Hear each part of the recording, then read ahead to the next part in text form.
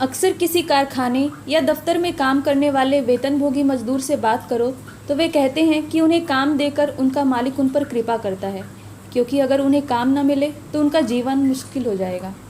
समाज में सदियों से फैलाई गई सोच और आजकल मीडिया के जरिए लगातार मालिकों की भूमिका को बढ़ा चढ़ाकर पेश किए जाने का ही नतीजा है कि मेहनतकश लोग अपने शोषकों को ही अपना कृपा निधान मान लेते हैं। सवाल यह है कि मालिक मजदूरों की परवरिश करता है या मजदूर मालिकों को करोड़पति अरबपति बनाते हैं। इस सच्चाई को समझने में पॉल लफार्ग द्वारा 1903 में लिखा गया यह वार्तालाप काफ़ी मददगार है। इस वार्तालाप में शारीरिक श्रम और सीधे उत्पादन में लगे मजदूरों का उदाहरण दिया गया है, लेकिन यह मानसिक श्रम करने वाले सेवा क्षेत्र के कर्मचारियों के मामले में भी लागू होती है। आइए शुरू करते हैं। तो आपको ऐसा क्यों लगता है कि मालिक का होना ज़रूरी है? यदि कोई मालिक नहीं होता तो मुझे काम कौन देता? यह एक सवाल है जो अक्सर लोग हमसे पूछते हैं। इसे हमें अच्छी तरह समझना चाहिए। काम करने के लिए 3 चीज़ों की ज़रूरत होती है: कारखाना, मशीन और कच्चा माल। सही है। कारखाना कौन बनाता है? राजमिस्त्री। मशीनें कौन बनाता है? इंजीनियर। तुम जो कपड़ा बुनते हो उसके लिए कपास कौन उगाता है? तुम्हारी पत्नी जिस ऊन को काटती है उसे कौन पैदा करता है? तुम्हारा बेटा जो खनिज गलाता है उसे ज़मीन से खोदकर कौन निकालता है?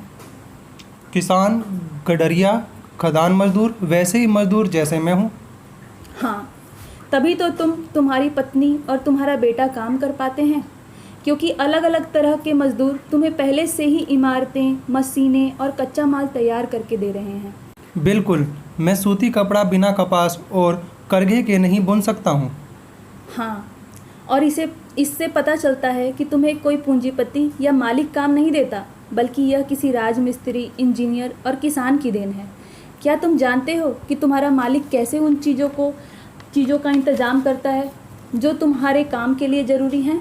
वह इन्हें खरीदता है। और उसे पैसे कौन देता है?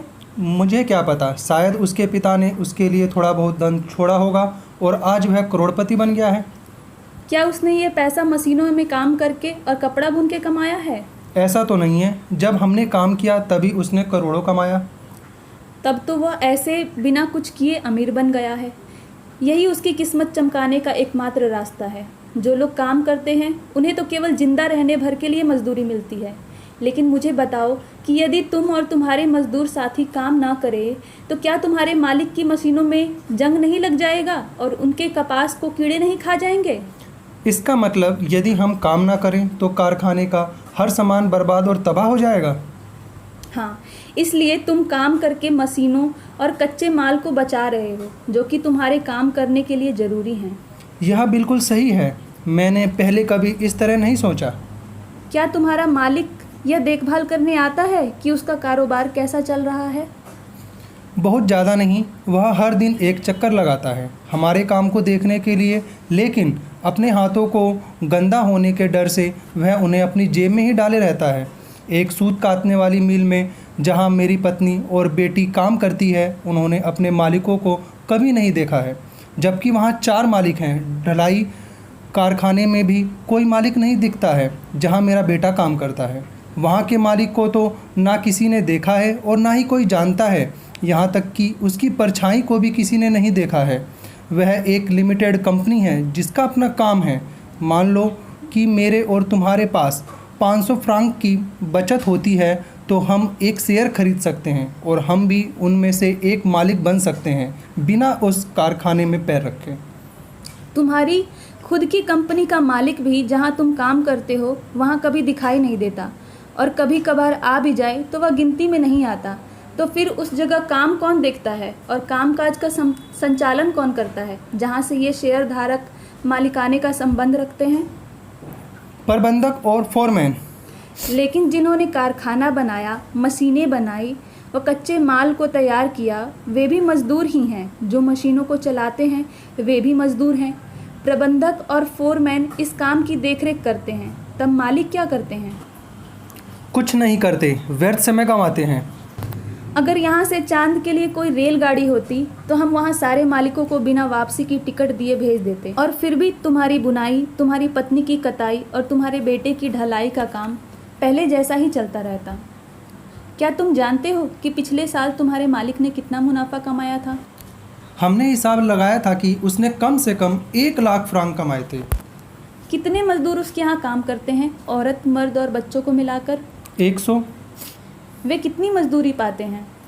प्रबंधक और फोरमैन के वेतन को मिलाकर औसतन लगभग 1 लाख फ्रांक सालाना। यानी कि 100 मजदूर सारे मिलाकर 1 लाख फ्रांक वेतन पाते हैं, जो सिर्फ उन्हें भूख से मरने के लिए ही काफ़ी होता है। जबकि तुम्हारे मालिक के जेब में 1 लाख फ्रांक चले जाते हैं, और वह भी बिना कुछ काम किए। वे 1 लाख फ्रांक कहाँ से आते हैं? आसमान से तो नहीं आते हैं, मैंने कभी फ्रांक की बारिश होते तो देखी नहीं है। यह मजदूर ही हैं जो उसकी कंपनी में 1 लाख फ्रांक का उत्पादन करते हैं, जिसे वे अपने वेतन के रूप में लेते हैं, और मालिक जो 1 लाख फ्रांक का मुनाफा पाते हैं, जिसमें से कुछ फ्रांक वे नई मशीनें खरीदने में लगाता है, वह भी मजदूरों की ही कमाई है। इससे नकारा नहीं जा सकता।